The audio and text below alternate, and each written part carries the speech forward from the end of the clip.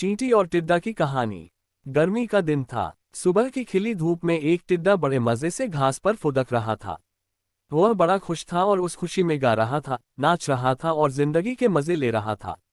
एक ओर जहां टिड्डा अपनी मस्ती में लगा हुआ था, वहीं दूसरी ओर एक चींटी अनाज के एक दाने को पीठ पर ढोकर अपने बिल में ले जा रही थी। जब चींटी एंट टिड्डे के पास से गुजरी तो टिड्डे ने उसे अपने पास बुलाया और कहा, प्यारी चींटी, आओ मजे करें। लेकिन चींटी ने मना कर दिया और अपने काम में लगी रही। वह पूरे दिन कड़ी मेहनत कर एक एक कर अनाज का दाना खेत से उठाकर अपने बिल तक ले जाती रही। अपनी मस्ती में डूबा टिड्डा ग्रासहॉपर चींटी को देखता और हंसता। वह बार बार उसे अपने पास बुलाता और कहता, प्यारी चींटी, तुम क्यों इतनी मेहनत कर रही हो? आओ कुछ देर आराम करो, मेरा गाना सुनो। गर्मी के लंबे और उजले दिन है। ऐसे खूबसूरत दिन इस तरह से मेहनत करके हुए क्यों बर्बाद करना? चींटी बोली, मैं ठंड के मौसम के लिए भोजन इकट्ठा कर रही हूँ। मेरी सलाह मानो तो तुम भी ऐसा ही करो, वरना बाद में पछताओगे। अभी से ठंड के मौसम के बारे में क्यों चिंता करना? टिड्डा बोला, मेरे पास पर्याप्त भोजन है और ठंड का मौसम तो अभी बहुत दूर है।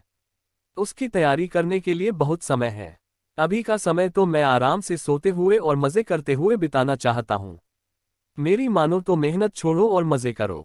टिड्डे की बात पर ध्यान न देकर चींटी अपने काम में लगी रही। पूरी गर्मी मेहनत कर उसने अपने बिल में ढेर सारा अनाज इकट्ठा कर लिया, जो ठंड के दिनों में उसे काम आने वाला था।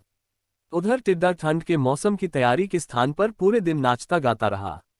अपनी मस्ती में उसे होश ही नहीं रहा कि गर्मी के दिन बहुत लंबे समय तक नहीं रहने वाले हैं। जल्द ही ठंड के दिन और फिर बरसात के दिन आ जाएंगे, जो उस जैसे जीवों के लिए मुश्किल भरे दिन होंगे। धीरे धीरे गर्मी चली गई और वसंत का मौसम आ गया। फिर वसंत का मौसम ठंड में तब्दील हो गया। अब तो सूरज बमुश्किल आसमान में नजर आता। दिन छोटे हो गए और रातें बड़ी हो गई थी। कड़कड़ाती ठंड पड़ने लगी थी और बर्फबारी होने लगी थी। अब टिड्डे को महसूस हुआ कि चींटी सही कह रही थी। उसे भी इस मौसम के लिए पहले से तैयारी करनी चाहिए थी। लेकिन वह तो पूरी गर्मी नाचता गाता और मजे करता रहा। अब न उसे गाना गाने का मन कर रहा था, न ही नाचने का। उसका भोजन खत्म हो चुका था। वह ठंड और भूख से तड़प रहा था। उसने सोचा नहीं था कि ठंड इतनी बुरी भी हो सकती है। उसके पास भोजन नहीं था, बर्फ से बचने का इंतजाम नहीं था। उसे लगने लगा कि जिस गर्मी के मौसम में उसने इतने मजे किए हैं, शायद अब अगली बार उस मौसम को देखने के लिए वह जिंदा ही ना बचे। एक दिन भूख से तड़पते हुए बर्फीले मौसम में उसकी नजर चींटी पर पड़ी, जो अपने बिल में मजे से आराम कर रही थी। उसके पास पर्याप्त भोजन था और ठंड से बचने के लिए आसरा। टिड्डा पछताने लगा और रोने लगा। उसे समय बर्बाद करने का फल मिल चुका था।